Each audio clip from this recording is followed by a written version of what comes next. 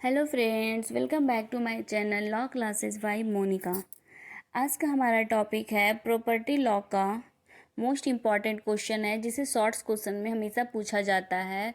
लंबित वाद का सिद्धांत, जिसे डॉक्ट्रिन ऑफ लीस्ट पेंडेंस भी कहते हैं, और उसके आवश्यक शर्तें कौन कौन से हैं और लंबित वाद के सिद्धांत के अपवाद क्या हैं। लंबित वाद के सिद्धांत को सेक्शन 52 में बताया गया है। तो आगे बढ़ने से पहले अगर आपने हमारा पिछला वीडियो नहीं देखा है तो देख जरूर लीजिएगा। प्रॉपर्टी लॉ से रिलेटेड सारे वीडियो मैं डाल दी हूँ, जो भी इम्पोर्टेंट क्वेश्चन है उसी का मैं वीडियो बनाई हूँ। तो आगे बढ़ने से पहले अगर आपने हमारे चैनल को सब्सक्राइब नहीं किया है तो प्लीज़ सब्सक्राइब कर दीजिएगा और बेल आइकन ज़रूर प्रेस करिएगा, ताकि आगे आने वाला जो भी वीडियो है वो आप तक आसानी से नोटिफिकेशन पहुँच सके। और अगर आपको हमारा वीडियो पसंद आता है तो please like, share and comments करना नहीं भूलिएगा। तो चलिए आज के हमारे टॉपिक पे। सेक्शन 52 कहता है लंबित वाद या विचाराधीन वाद का सिद्धांत क्या है। लीस्ट पेंडेंस, जिसे इंग्लिश में लंबित वाद को लीस्ट पेंडेंस कहते हैं। लीस्ट का तात्पर्य होता है वाद या कार्यवाही, तथा पेंडेंस का अर्थ होता है लंबित या विचाराधीन। दूसरे शब्द में कहा जा सकता है कि जब कोई वाद न्यायालय के विचाराधीन हो तो कोई नई बात संपत्ति से संबंधित वाद के पक्षकार द्वारा नहीं की जानी चाहिए। उक्त सिद्धांत को कॉमन लॉ के पेडेंटी लिट राइट इनोवेटर से लिया गया है, जिसमें जस्टिस टर्नर द्वारा वेलामी बनाम सविने में इस सिद्धांत को प्रतिपादित किया गया है। उन्होंने अभी निर्धारित किया कि यह एक ऐसा सिद्धांत है जो विधि एवं समय दोनों न्यायालयों में समान रूप से मान्य है, और इसका आधार यह है कि यदि किसी बात के लंबित रहते हुए बाद की संपत्ति को अंतरण करने की अनुमति दी जाए तो किसी भी बात का सफलतापूर्वक अंत नहीं हो सकता। मतलब इसमें ये कहता है कि जब कोई लंबित वाद का सिद्धांत, जब कोई केस जो है वो न्यायालय के विचाराधीन हो, मतलब न्यायालय में जब कोई केस चल रहा है ऑलरेडी पहले से, तो कोई नई बात जो है वो संपत्ति से संबंधित बात के पक्षकार द्वारा नहीं की जानी चाहिए। मतलब जब कोई संपत्ति से संबंधित कोई नई बात जो है वो न्यायालय में चल रहा है कोई केस, तो उसी संपत्ति से संबंधित अगर कोई नई बात की जानकारी होती है, कोई नया केस आप लाना चाहते हैं उसी संपत्ति से संबंधित, तो ऑलरेडी पहले जब कोई केस चल रहा है उस संपत्ति से, तो कोई नई बात जो है वो संपत्ति से संबंधित बात के पक्षकार द्वारा नहीं लिया जा सकता। इसमें न्यायालय बेलामी बनाम सविने में यही कहा गया है कि यदि अचल संपत्ति के ऊपर यदि कोई वाद पहले से चल रहा है तो उस संपत्ति के ऊपर नई कार्यवाही नहीं किया जा सकता है। ये केस इसमें लिखना मत भूलिएगा, इसमें वही लिख दीजिएगा बेलामी बनाम सविने में कि यदि कोई अचल संपत्ति के ऊपर यदि कोई केस चल रहा है पहले से, तो उस संपत्ति के ऊपर नई कार्यवाही नहीं किया जा सकता है।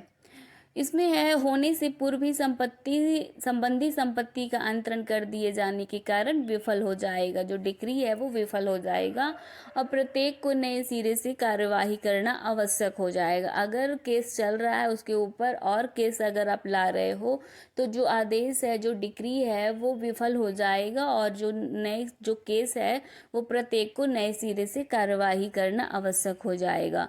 भारत में इस सिद्धांत को प्रिवी काउंसिल द्वारा फयाज हुसैन बनाम प्राग नारायण में स्वीकार किया गया तथा संपत्ति अंतरण अधिनियम की धारा 52 में इसे रखा गया।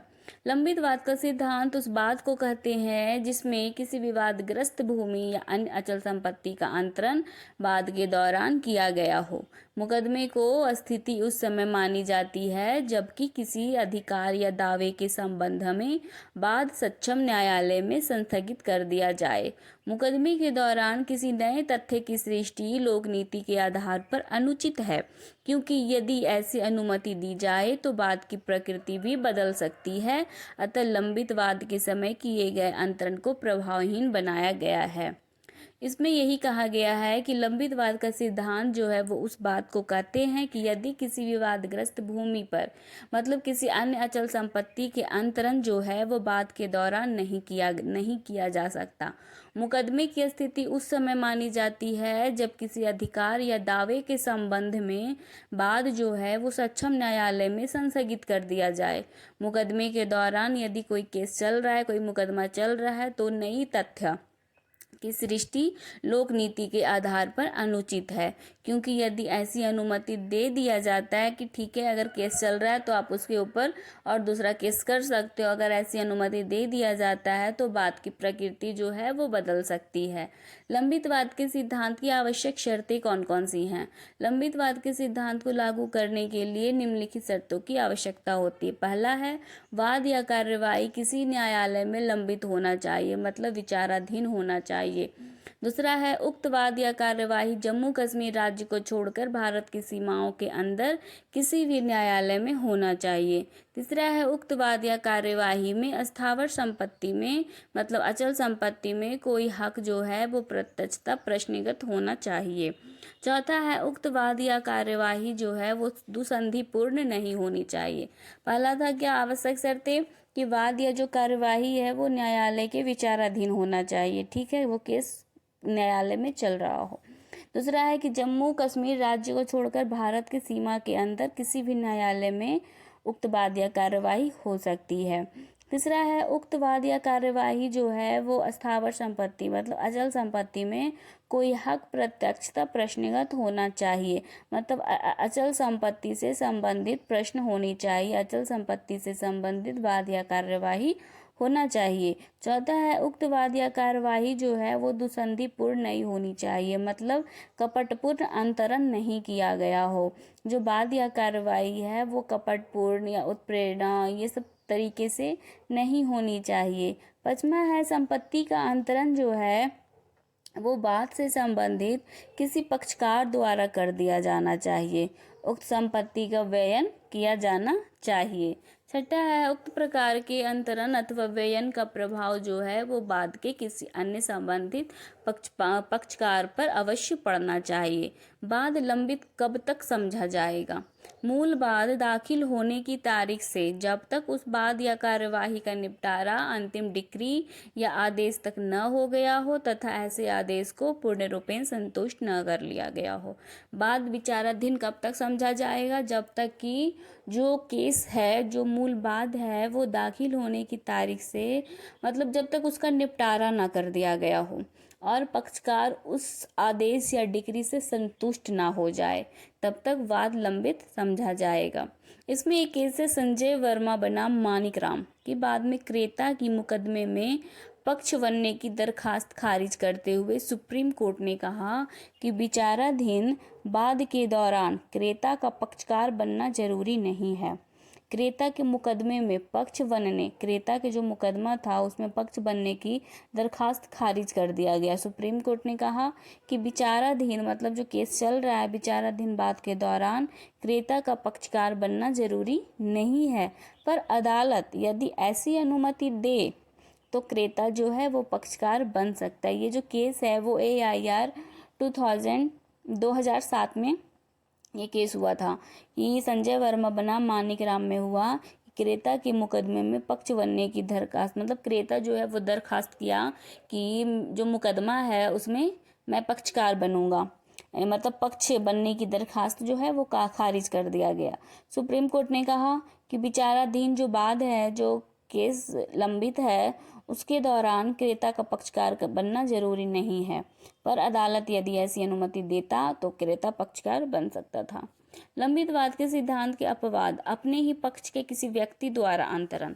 यदि दो व्यक्ति वादी या प्रतिवादी के रूप में एक तरफ ही हो और उनके मध्य अंतरण एक ही पक्ष में हुआ हो तो धारा 52 लागू नहीं होगी, क्योंकि इनमें आपस में कोई वाद है ही नहीं।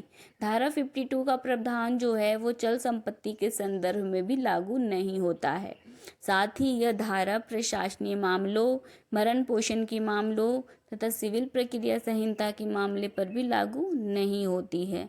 मतलब यदि दो व्यक्ति जो है वो वादी या प्रतिवादी के रूप में एक तरफी है और उनके मध्य अंतरण एक ही पक्ष में हुआ है तो धारा 52 जो है वो लागू नहीं होता है। धारा 52 जो है 52 का जो प्रावधान है वो अचल संपत्ति के पर लागू होता है, ना कि चल संपत्ति पर। अचल संपत्ति पर यदि कोई बात चल रहा है तो उस पर कोई नई बात संपत्ति से संबंधित लागू नहीं होगा, मतलब उस पर नहीं लाया जा सकता कोई नई कार्यवाही। और अच्छा, ये चल संपत्ति के संदर्भ में भी लागू नहीं होता है। बंटवारे के बाद में लंबित वाद के सिद्धांत का लागू होना, इसमें एक केस लिख दीजिएगा, जोगेंद्र नाथ बनाम देवेंद्र नाथ, जो 1898 का केस है, कलकत्ता 127 के निर्णय में कलकत्ता उच्च न्यायालय ने अभी निर्धारित किया कि चूंकि बंटवारे का जो वाद है वो अचल संपत्ति से संबंधित है, इसलिए इसमें लंबित वाद का सिद्धांत जो है वो लागू होता है। मतलब चल संपत्ति से संबंधित था संजय बनाम बाल में, तो उसमें चल संपत्ति से संबंधित 52 लागू नहीं होगा। इसमें केस जो है जोगेंद्र नाथ बनाम देवेंद्र नाथ में, इसमें उच्चतम न्यायालय ने निर्धारित किया क्योंकि बंटवारे का जो वाद है वो अचल संपत्ति से संबंधित है, इसलिए लंबित वाद का सिद्धांत लागू होता है। आई होप आपको ये टॉपिक समझ में आ गया होगा। इसे एक बार 2 बार पढ़ सकते हैं। Thanks for watching my video. अगर आपको हमारा वीडियो पसंद आता है तो प्लीज़ चैनल को सब्सक्राइब करिएगा और बेल आइकन ज़रूर प्रेस करिएगा ताकि आगे आने वाला जो भी वीडियो हो वो आप तक आसानी से नोटिफिकेशन द्वारा पहुंच सके। और अगर आपको हमारा वीडियो पसंद आता है तो please like, share and comments करना नहीं भूलिएगा। Thank you.